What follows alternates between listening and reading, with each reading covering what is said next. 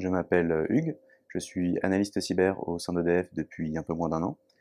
Je fais partie de l'équipe groupe qui a pour objectif principal de protéger EDF des menaces cyber. Donc mes missions peuvent se résumer à 3 missions principales. La première, c'est de la veille active pour protéger EDF, caractériser les menaces qui pèsent sur EDF.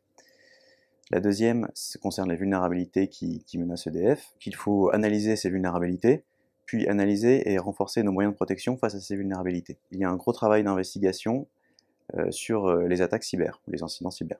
Par exemple, si un poste a été infecté par un virus, mon travail consiste à analyser ce virus, comprendre comment est-ce qu'il fonctionne, et voir quelles données l'attaquant a voulu récupérer.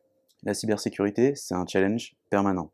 Les attaquants vont toujours chercher de nouvelles méthodes pour contourner nos défenses, et comprendre comment s'en prémunir, c'est un challenge qui est très stimulant intellectuellement. La deuxième raison, c'est qu'EDF a développé une fonction cybersécurité très forte au niveau du groupe.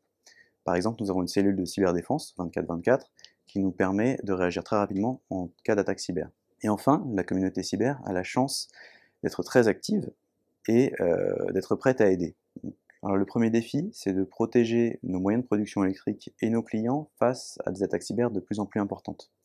En effet, EDF, c'est un grand groupe, 160 000 personnes, présents sur plus d'une centaine de pays, des attaques qui viennent de l'international, avec des États qui cherchent à récupérer des fonds via des attaques cyber, des attaques qui sont de plus en plus destructrices, qui visent des systèmes de plus en profondeur.